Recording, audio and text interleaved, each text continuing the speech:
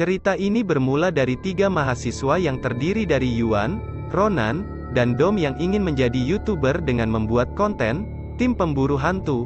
Mereka suka kali mencari tempat-tempat sakral dan misterius, agar YouTube mereka banyak dikunjungi penonton.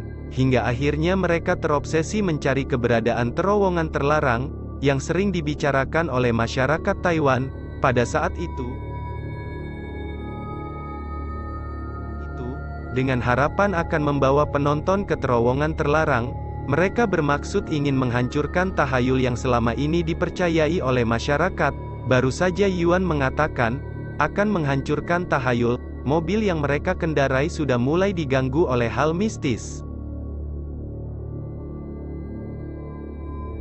Mobil mereka tiba-tiba berhenti karena menabrak sesuatu. Setelah dicek, ternyata mobil menabrak patung Buddha. Dan yang anehnya kan geng, patung tersebut masuk ke dalam ban mobil. Ronan pun mulai didekati oleh makhluk astral, dengan muntah-muntah ringan. Yuan mengira, Ronan kemasukan. Tapi Ronan bilang, aku lagi ngidam ya, jadi mereka merasa itu masih hal biasa saja. Baru saja mereka masuk pintu gerbang, mereka langsung dihinggapi aroma mistis yang cukup kuat, dan melihat sekumpulan orang-orang aneh. Sesaat mobil berhenti, mereka sudah dikerumuni oleh penduduk. Nenek Gayung pun gak tinggal diam, tiba-tiba saja Nenek Gayung muncul dari balik jendela mobil. Ronan yang melihat itu terkejut. Nenek itu membisikkan ke anaknya, agar diizinkan melihat tangan Ronan. Ketika tangan Ronan dicek Nenek Gayung, dia terkejut bukan main. Nenek berkata, "Ted, oh Butet, kau pakai apa cuci piring, tangan kau kok halus sekali." Ronan berkata, "Oh alah Nek, Ronan kira apa? Ronan cuman pakai sabun telepon." Nenek pun berkata, "Oh pantaslah, Nenek biasa pakai abu cuci piring, makanya tangan Nenek kayak kertas pasir." Ronan menjawab, "Ya udahlah Nek, nanti Ronan pesankan online lah untuk Nenek." Nenek pun akhirnya merengut bahagia. Selanjutnya mereka lalu dibawa masuk, banyak hal aneh yang dilihat mereka. Mulai dari pemuda yang memunguti ulat bulu, sampai anak perempuan yang putus satu telinga kirinya. Tapi hal itu malah membuat mereka senang, karena dengan itu konten mereka pasti banyak yang lihat. Sebelum ritual berlangsung, mereka terlebih dahulu diasap-asapi oleh kakak pembina acara ritual. Maksudnya agar selama ritual berlangsung, mereka tidak diganggu oleh makhluk astral. Mereka juga jangan keluar-keluar, dan hanya tetap di kamar. Namanya juga mau buat konten, mana pula didengar orang itu. Mereka diam-diam keluar, untuk melihat proses ritual. Saat sedang kenjiro, atau keten jarak jauh, mereka terciduk oleh anak perempuan yang tadi kupingnya putus sebelah. Anak itu lalu mengajak Ronan ke suatu tempat yang menyenangkan. Ronan dibawa ke ruangan sakral. Di sana Ronan lagi-lagi melihat hal aneh. Patung-patung menghiasi sudut ruangan, yang cukup ganjal di mata Ronan. Ada darah yang menetes dari atap, hingga kodok yang diberi makan rambut, menjadi sesuatu yang membuat Ronan merasa, memang ada yang lain dengan tempat ini. Namun, mereka tidak bisa berlama-lama di sana, karena langsung ketahuan oleh kakak pembina. Mereka pun diberi hukuman, dengan dikunci di dalam kamar. Karena rasa penasaran yang begitu besar akan proses ritual, mereka mendobrak paksa kunci kamar. Mereka berencana diam-diam pergi ke terowongan terlarang. Saat di tengah perjalanan, mereka hampir saja ketahuan, dikarenakan peserta ritual saat itu juga berencana ke sana. Sesampai di pintu terowongan terlarang, mereka melihat anak perempuan tadi ditinggal begitu saja, dengan tubuh penuh tulisan yang tidak jelas gitu. Dom mengatakan, "Lae ayo kita pergi untuk membawa anak ini ke rumah sakit." Namun Yuan menolak dan berkata, "Brother, kau lihat ini dengan mata kau, kita udah jarak 1 meter dengan terowongan keramat, mana mungkin kita lewatkan." Yuan akhirnya menendang pintu terowongan. Gedebak, pecahlah pintunya. Di dalam terjadi sesuatu yang luar biasa. Tapi nantilah ya geng kita ceritakan, karena alur cerita filmnya memang kayak gitu. Mana enak ya kan kita langsung tahu, apa yang terjadi di dalam. Kita lanjut ya geng. Tiba-tiba Yuan keluar dari terowongan. Yuan terlihat pucat, keringat dingin, dan raut wajahnya dipenuhi dengan rasa ketakutan yang sangat. Dia membawa kamera hasil rekaman mereka di dalam. Kamera ini juga akan menjadi biang masalah. Nanti kita juga akan ceritakan, kenapa kamera ini bisa jadi biang masalah. Peserta ritual berhasil mengeluarkan Dom.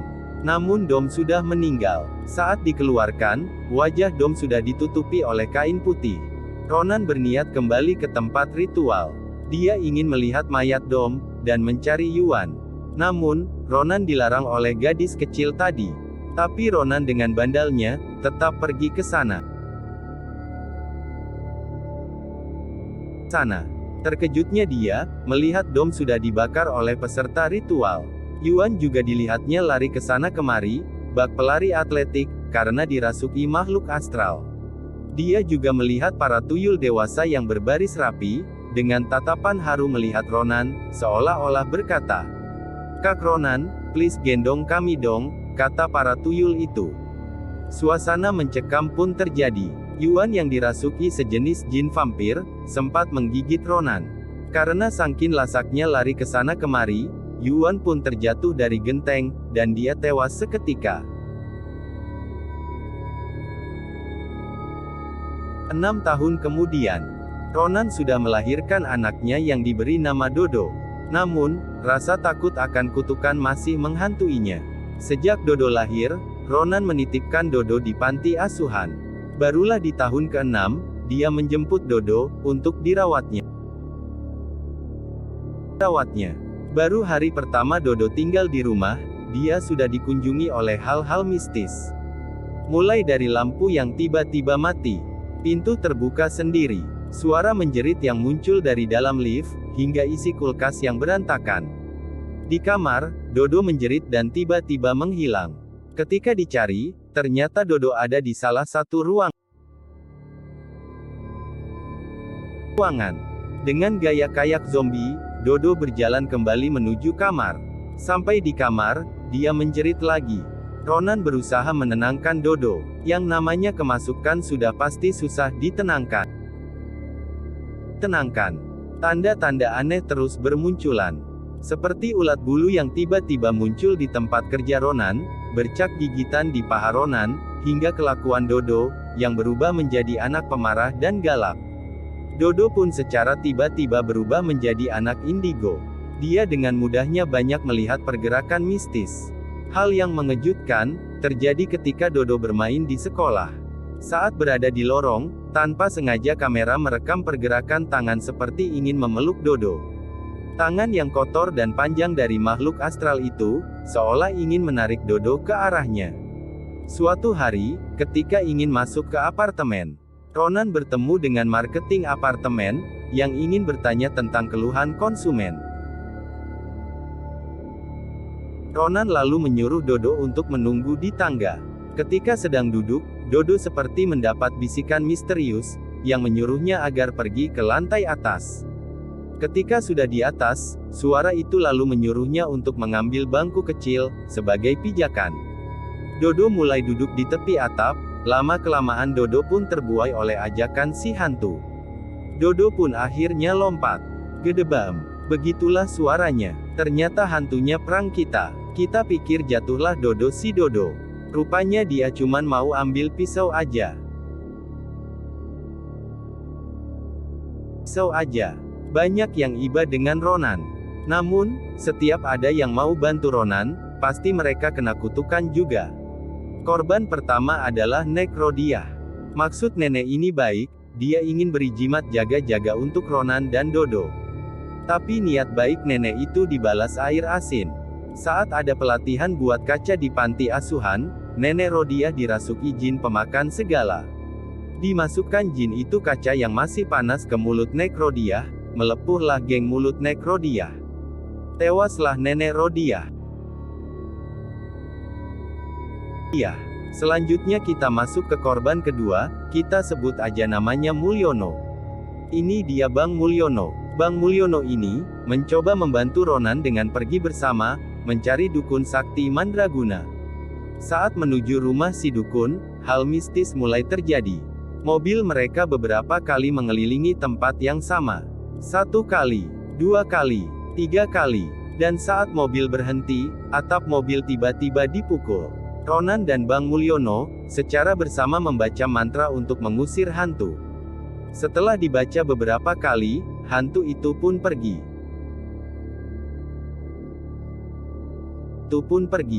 Sesampainya di rumah si dukun, dukun berkata, "Kalau Dodo mau sehat, Ronan jangan memberi makan Dodo selama 7 hari."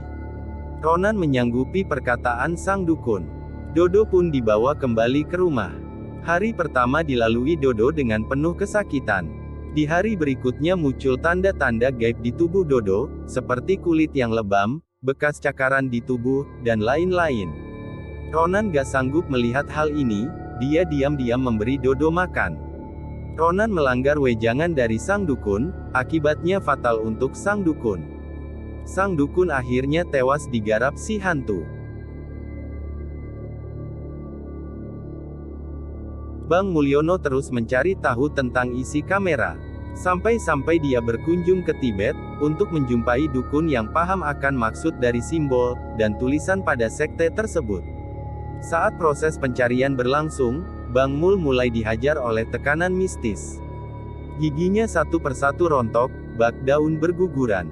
Benar saja, Bang Mul telah dirasuki oleh hantu angguk-angguk geleng-geleng. Bang Mul berulang-ulang membenturkan kepalanya ke meja. Hingga akhirnya, Bang Mul pun tewas. Sebelum tewas, Bang Mul mengirim seluruh hasil rekamannya ke Ronan.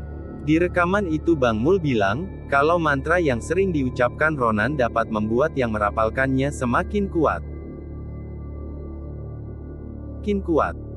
Karena kondisi Dodo yang semakin memprihatinkan, Ronan membawa Dodo ke rumah sakit. Saat di rumah sakit, Ronan bertemu dengan anak gadis, yang dahulu pernah ditemuinya di rumah sekte. Ronan tahu bahwa dia butuh pengorbanan untuk tumbal. Tanpa ragu, Ronan memotong kuping sebelah kanan anak perempuan itu, untuk dapat dipersembahkan ke dewa. Oke geng, sekarang kita kembali ke cerita, apa yang sebenarnya terjadi kepada Yuan dan Dom, ketika berada di dalam terowongan terlarang. Saat masuk, Yuan dan Dom sudah diperlihatkan oleh banyaknya sesajen. Kaca yang ada di setiap lorong, juga membuat hal di dalam semakin terasa mistis. Yuan berkata, "Untuk apa banyak kali kaca di sini Lae?" Dom menjawab, "Gak tahu lah aku Lae. Mungkin hantu di sini, suka berdandan kali." Perlahan tapi pasti, mereka semakin masuk ke dalam terowongan. Banyak hal aneh lain yang dijumpai mereka. Tiba-tiba saja nyali Yuan ciut, dia mengajak Dom untuk kembali. Tapi Dom bilang, "Udah tanggung Lae, kita seser aja sekalian." Mereka lalu melihat patung yang matanya tertutup oleh kain merah. Dom membuka tutup mata patung itu. Dom lalu mulai kerasukan gak jelas, dia pun sampai memakan rambut yang ada di sana. Karena takut, Yuan pun lari. Dari dalam, dia masih berusaha memanggil Dom. Ketika Dom terlihat, Dom menunjukkan hal aneh. Dia juga membentur-benturkan kepalanya, hingga akhirnya tewas. Dan, inilah kondisi wajah Dom setelah dibenturkan.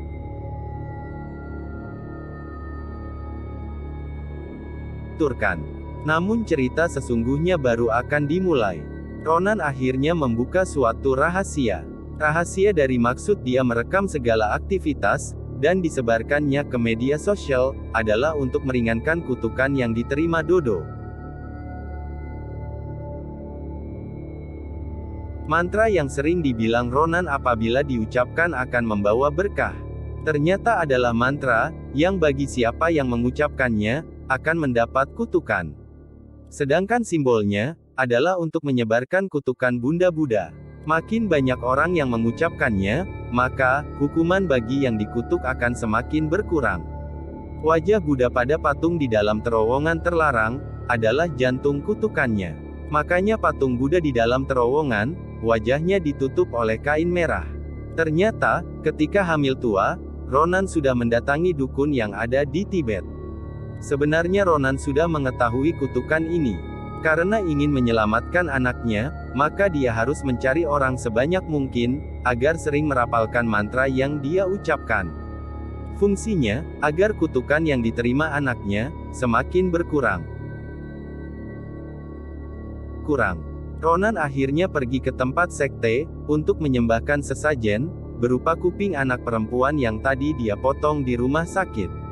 Dia juga bermaksud untuk mengorbankan dirinya, dengan niat akan langsung membuka wajah patung Buddha tersebut.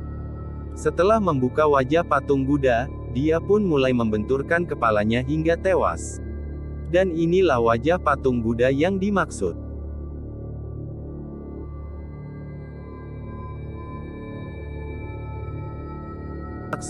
Tamat.